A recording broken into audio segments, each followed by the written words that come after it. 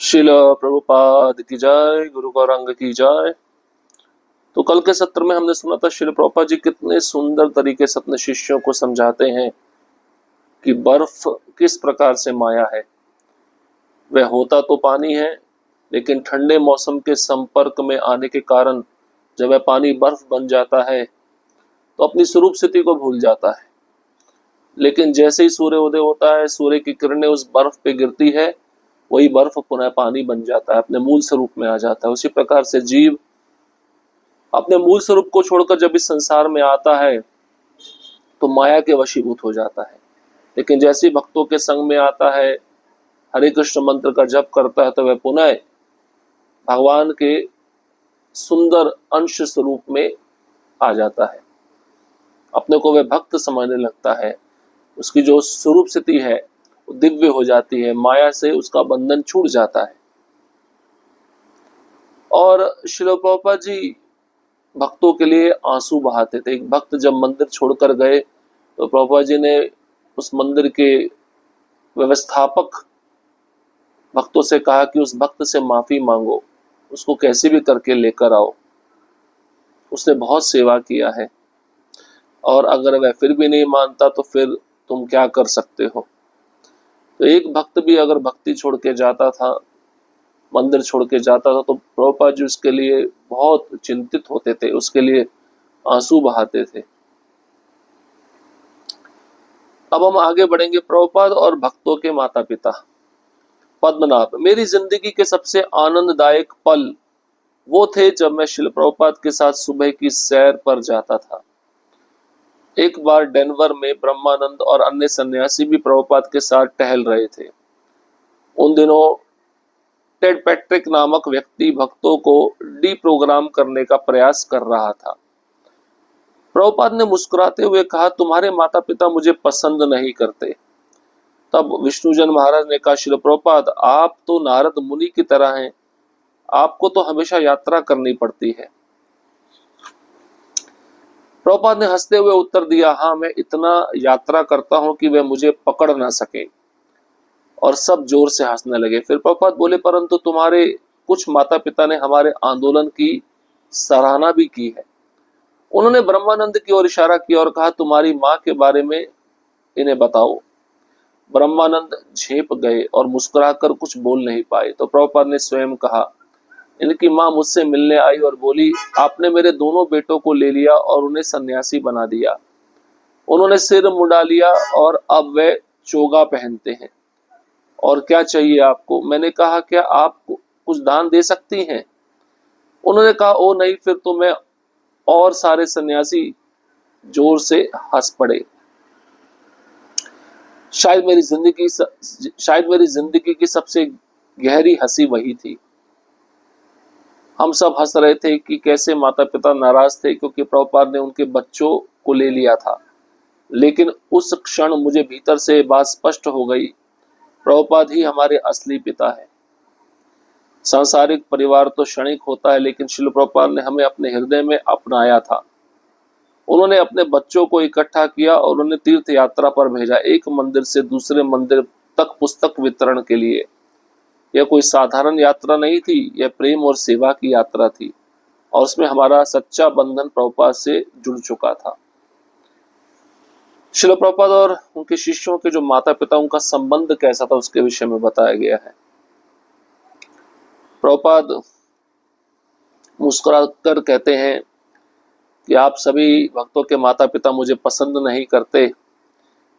विष्णुजन महाराज कहते हैं, प्रभुपाद, आप तो नारद मुनि की तरह हैं, आप तो हमेशा यात्रा करते हैं। तो प्रभुपाद हंसते हुए कहे कि हाँ, मैं यात्रा करता हूं ताकि मुझे कोई पकड़ ना सके, तुम्हारे माता पिता ना पकड़ सके। सभी भक्त जोर से हंसने लगते हैं। तो प्रभुपाद जी कहते हैं, कुछ माता पिता ऐसे भी हैं जो इस आंदोलन की सराहना भी करते हैं। तो ब्रह्मानंद प्रभु की तरफ इशारा करके प्रभुपाद जी कहते हैं कि बताओ, तुम्हारी माँ इस आंदोलन के बारे में क्या सोचती है। तो ब्रह्मानंद प्रभु थोड़ा मुस्कुरा दिए, कुछ बोल नहीं पाए। तो प्रभुपाद जी स्वयं कहने लगे, जब ब्रह्मानंद प्रभु की माँ मुझे मिलने आई तो उसने कहा, मैंने अपने दोनों बेटे आपको दे दिए हैं, आपने उनको सन्यासी बना दिया, उनका सिर मुंडा लिया, अब वो चोगा पहनते हैं, चोगा मतलब धोती कुर्ता पहनते हैं, अब आपको क्या चाहिए? तो प्रभुपाद बोले कुछ दान दे सकती हो ब्रह्मानंद प्रभु की माँ ने कहा ओ नहीं, फिर तो मैं बस इतना ही बोलना था। सारे भक्त जोर से हंसने लगे, सन्यासी थे वहां पे हंसने लगे। और ब्रह्मानंद प्रभु कहते मेरे जीवन की सबसे गहरी हंसी वही थी, क्योंकि प्रभुपाद जी जानते थे कि उनके शिष्यों के माता पिता उनसे नाराज हैं, क्योंकि प्रभुपाद ने उनके बच्चों को उनसे छीन लिया था। लेकिन ब्रह्मानंद प्रभु कहने लगे मुझे उसी क्षण भीतर से ऐसा एहसास हुआ कि प्रभुपाद ही हमारे असली पिता हैं। संसार का जो परिवार होता है वो तो क्षणिक होता है, लेकिन प्रभुपाद ने हमें अपने हृदय से अपनाया था। एक गुरु ही सच्चा पिता होता है एक शिष्य का। और श्रील प्रभुपाद जी ने अपने बच्चों को इकट्ठा किया, उनको प्रशिक्षण दिया, उनको तीर्थ यात्रा पर भेजा। एक मंदिर से दूसरे मंदिर जाओ, पुस्तक वितरण करो। ये कोई साधारण यात्रा नहीं थी, ये प्रेम और सेवा की यात्रा थी। हमारा सच्चा बंधन प्रभुपाद से जुड़ा हुआ है। एक शिष्य का बंधन सच्चे रूप में गुरु से जुड़ा होता है, संसार के लोगों से जुड़ा हुआ नहीं होता। इसलिए बताते हैं कि जो हमारे खून के रिश्ते हैं वो हमारे असली रिश्ते नहीं हैं। जो हमारे गुरु बंधु, गुरु भाई, गुरु बहन और हमारे गुरु महाराज हैं, उनके साथ जो हमारे रिश्ते हैं वो हमारे खून के रिश्ते हैं। करुणामय श्रील प्रभुपाद राजेंद्र नंदन जब हैदराबाद मंदिर में श्री विग्रह की प्रतिष्ठा हुई तब कुछ दक्षिण भारतीय ब्राह्मण भी वहां आए। श्रील प्रभुपाद ने यशोदानंदन और अच्युतानंद स्वामियों से कहा ये वास्तविक ब्राह्मण है, इन्हें आदर पूर्वक संभालो और जो भी चाहे उन्हें दो। आमतौर पर जब कोई गुरु इस संसार में उपस्थित होता है तब उसकी मूर्ति विग्रह मंदिर में स्थापित नहीं की जाती। लेकिन जब दक्षिण भारत के एक विद्वान ब्राह्मण संपत कुमार भट्टाचार्य को ज्ञात हुआ कि श्रील प्रभुपाद की मूर्तियां बॉम्बे, वृंदावन और संसार भर के अन्य मंदिरों में स्थापित की जा रही हैं, तो वह बहुत ही श्रद्धा और चिंता के साथ अपने निजी व्यय पर हैदराबाद से बॉम्बे पहुंचे। तो राजेंद्र नंदन प्रभु बता रहे जब हैदराबाद मंदिर में भगवान के विग्रह की प्रतिष्ठा हो गई तो कुछ दक्षिण भारतीय ब्राह्मण प्रभुपाद जी को मिलना चाहते थे और यशोदानंदन, अच्युतानंद स्वामी इन्होंने उनको प्रभुपाद से मिलने से रोक दिया। लेकिन प्रभुपाद ने कहा ये वास्तविक ब्राह्मण हैं, इनका आदर करो, इनको अच्छे से संभालो और जो भी ये चाहते हैं इनको दे दो। तो वह ब्राह्मण जो थे प्रभुपाद से मिलना चाहते थे और कुछ पूछना चाहते थे। तो उनके मन में एक विचार था कि अगर कोई गुरु इस संसार में रहता है शारीरिक रूप से और उस गुरु की मूर्ति बनाकर, विग्रह बनाकर मंदिर में स्थापित किया जाए, उसको पूजा जाए, उसको प्रणाम किया जाए, तो इससे वह गुरु को और कष्ट होता है। तो ये ब्राह्मण जो थे दक्षिण भारत से आए थे, इनका नाम था ब्राह्मण संपत कुमार भट्टाचार्य। और प्रभुपाद जी ने अपनी मूर्तियां बनवाकर बॉम्बे, वृंदावन और संसार भर के अन्य मंदिरों में स्थापित करवाई थी। लेकिन इन ब्राह्मणों के मन में चिंता थी और ब्राह्मण ये प्रश्न पूछने के लिए अपना खर्चा करके हैदराबाद से बॉम्बे पहुंचे थे। वे श्रील प्रभुपाद से मिलने आए और शास्त्रों के अनेक प्रमाण प्रस्तुत किए कि जीवित गुरु की मूर्ति की पूजा सामान्यतः वर्जित मानी जाती है। उन्होंने कहा जब लोग उनकी मूर्ति देखेंगे तो उन्हें ऐसा अनुभव होगा कि वे साक्षात प्रभुपाद से मिल रहे हैं। वे सोचेंगे कि प्रभुपाद व्यासासन पर विराजमान है और उनसे बात करेंगे, उनसे प्रार्थना करेंगे, उनके चरणों को छुएंगे और उन्हें पूजेंगे। और इस प्रकार वे अपने कर्म प्रभुपाद को सौंप देंगे। प्रभुपाद को इन सब कर्मों का भार उठाना पड़ेगा। क्या प्रश्न था? क्या ये दक्षिण भारत के ब्राह्मण प्रभुपाद से मिलकर पूछना चाहते थे? तो यहाँ पे बताते हैं जब तक एक गुरु जीवित रहता है संसार में तो उसकी जो मूर्ति बनाकर पूजा करना मंदिर में वर्जित माना गया है, मना किया गया है।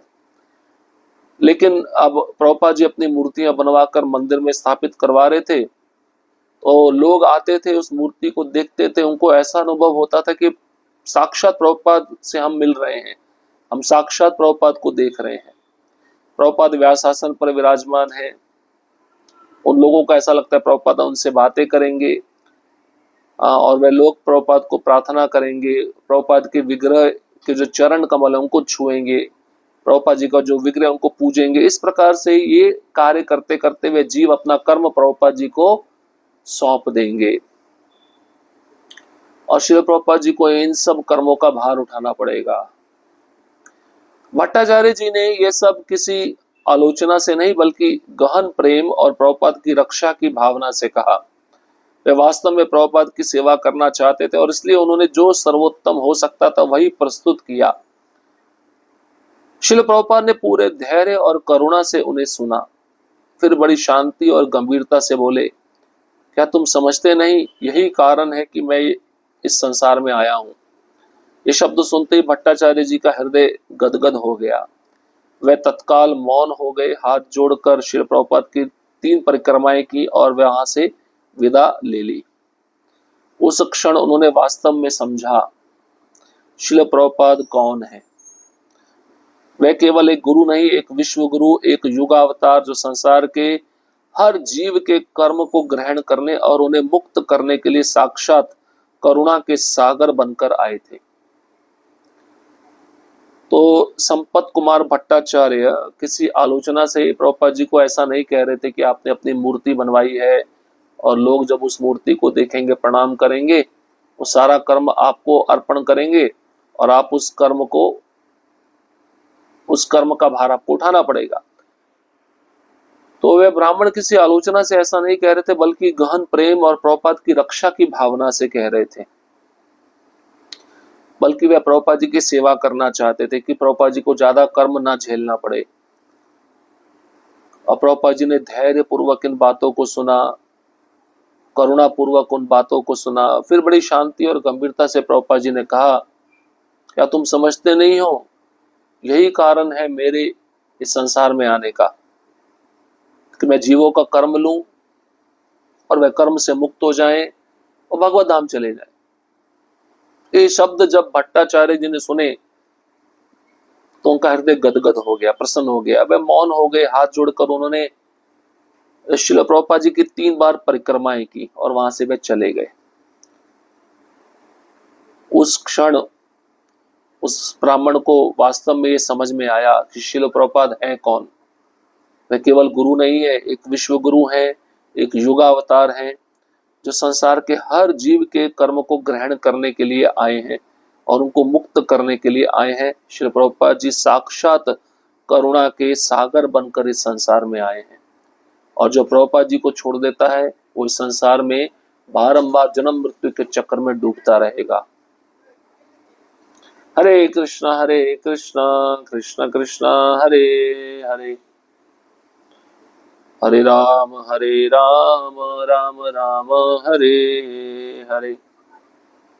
श्रील प्रभुपाद की जय, गुरु गौरांग की जय।